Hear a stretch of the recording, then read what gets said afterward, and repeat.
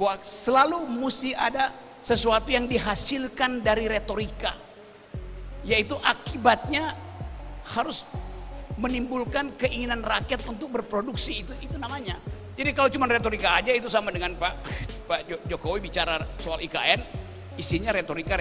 Jokowi lah. Gak ada yang masuk ke IKN sebagai investasi. IKN tidak ada oposisi. Kenapa? Karena Pak Jokowi udah putuskan pindahkan IKN. Setelah itu dia bilang silahkan lakukan AMDAL. Lo mestinya AMDAL dulu baru putuskan. Kan itu masalahnya. Sekarang ada problem. Apakah IKN akan lanjut? Tidak, akan mangkrak itu. Kenapa Prabowo akan pakai uang untuk membeli tempe dari Trenggalek? Orang yang menjadi pengamat melihat ini mangkrak, tapi dia dari jauh, dari TV, dari koran. Sementara saya memang ada di tempat, tidak melihat ada yang mangkrak. Itu tidak ada. Jadi semua yang disampaikan itu orang yang tidak betul-betul tidak ngerti dan tidak tahu masalah.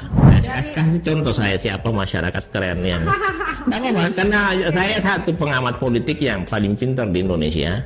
Rocky Gerung itu sudah 2 kali ke kampus. Karena setahu saya hutannya Kalimantan sudah habis di zaman dulu. Tahu nggak kalau di Kaltim itu banyak tambang-tambang liar, ya kan? Dia kira itu hutan mulus, masih banyak. Itu sudah hutan di Kalimantan itu banyak dirusak orang. IKN ini dibentuk untuk memperbaiki.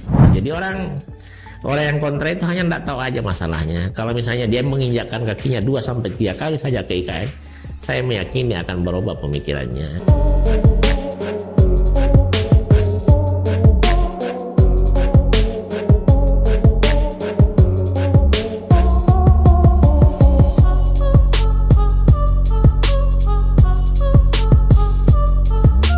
Assalamualaikum warahmatullahi wabarakatuh. Halo Sobat Gerobokan Gokil semuanya, sehat ya untuk hari ini ya. Rocky Gerung kembali ya, terus menerus memprovokasi akan kejelekan-kejelekan Pak Jokowi ketika dia diundang untuk berbicara di mana-mana ya. Salah satunya ya tentang IKN ini yang katanya akan mangkrak gitu loh. Sebegitu bencinya Rocky Gerung kepada Pak Jokowi ya. Hingga apapun yang dilakukan Pak Jokowi itu salah di mata Rocky Gerung. Namun yang katanya profesor akal sehat itu, ini disekakmat balik oleh profesor beneran, yakni lagi dan lagi Pak Rektor dari Uniba yang meluruskan akal Rocky Gerung yang menceng tentang IKN. Seperti apa sih videonya? Langsung saja kita simak video berikut ini. Khususnya yang kontra, apa sih yang mau dikontrakan sama IKN? Sementara manfaatnya bagi bangsa dan negara sangat besar. Kita mulai dulu dari manfaat untuk masyarakat lokal. Nah, IKN itu kan proyek nasional. Yang pertama dia berada di tengah-tengah Indonesia itu. Kalau ditarik garis dari Sabang sampai Merauke itu pasti tengah. Terus manfaatnya ini saya ambil dari segi ekonomi dulu. Kalau pertumbuhan ekonomi 5,5%, maka sejak ada IKN itu di Kaltim di akhir tahun 2023 pertumbuhan ekonominya menjadi 2, kalau misalnya secara nasional 5,5, di Kaltim 6,2%. Terus di bulan April naik lagi menjadi 7,26. Jadi proses terus berdasarkan fakta kalau Kaltim berkembang, Kalimantan berkembang. Kemudian batu, pasir itu dari Sulawesi Tengah, Bitung, makanan dari Sulawesi Selatan, baja dari Jawa, pekerja dari Jawa, dari Sumatera dan lain. Jadi katanya itu kan manfaatnya nyata kan. Jadi saya tidak melihat ada yang dirugikan dengan IKN, tidak melihat. Orang bilang saya tidak melihat ada pertanyaan yang bisa menggugurkan IKN. Saya tidak melihat ada pro kontra. Kontra 1-2 orang dan itu saja. Itu ya, saja juga. Barisan sakit hati itu saja, Pak. Tidak pernah ke IKN. Bahkan kalau ke IKN cuma 1 kali. Dia apa yang disampaikan juga tidak benar kalau dibandingkan dengan fakta yang ada di IKN. Yang bilang progresnya lambat kan pertanyaan sederhana. Pernah nggak ke sana? Dia lihat nggak? Kalau saya ini tiap minggu ke sana, ya kan? Kalau saya bisa nyatakan progres tidak lambat, tapi melampaui target. Ya, jadi hanya IKN itu perlu ditahu ada 5 tahap pembangunannya, bukan jangka pendek, itu bukan tergesa-gesa karena sampai tahun 2045. Pembangunan Jadi tahap jangka 1 panjang.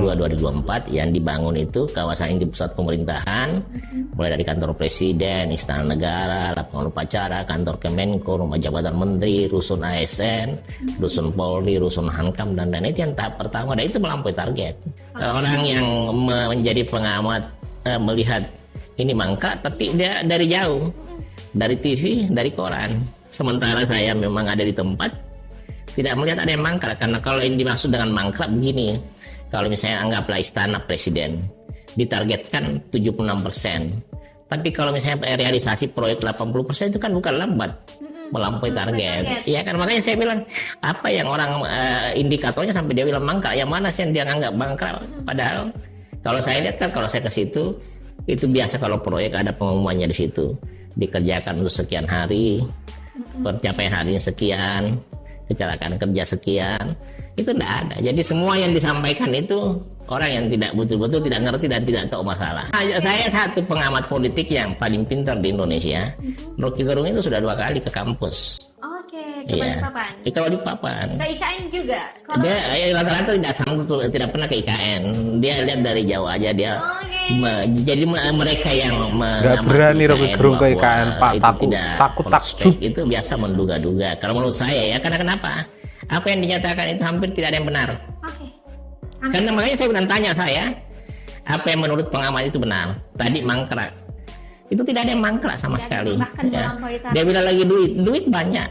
Bahkan masih ada sampai sekarang. Iya, makanya saya bilang, apanya yang mangkrak, apanya yang kurang, dan siapa yang dirugikan? Tidak ada yang dirugikan dengan IKN, malah ke depan itu menguntungkan bangsa dan negara. Ya, saya kasih contoh semua warga Indonesia ya, di IKN itu ada puluhan ribu pekerja. Oke. Pekerjaannya itu dari Jawa dan Sumatera 80%, termasuk dari Sulawesi, ya kan? Terus perusahaan-perusahaan yang bekerja di sana dari Jawa. Batu, pasir itu dari Sulawesi Tengah, Bitung. Manfaat Ya, IKN untuk Indonesia. Sebetulnya kan perputaran ekonomi. Tidak ada yang dirugikan, tidak ada yang uangnya diambil. Terus kalau misalnya mau bicara duit, Kalimantan Timur itu duitnya untuk Indonesia hampir setiap tahun itu 500 triliun kalau dirata-ratakan.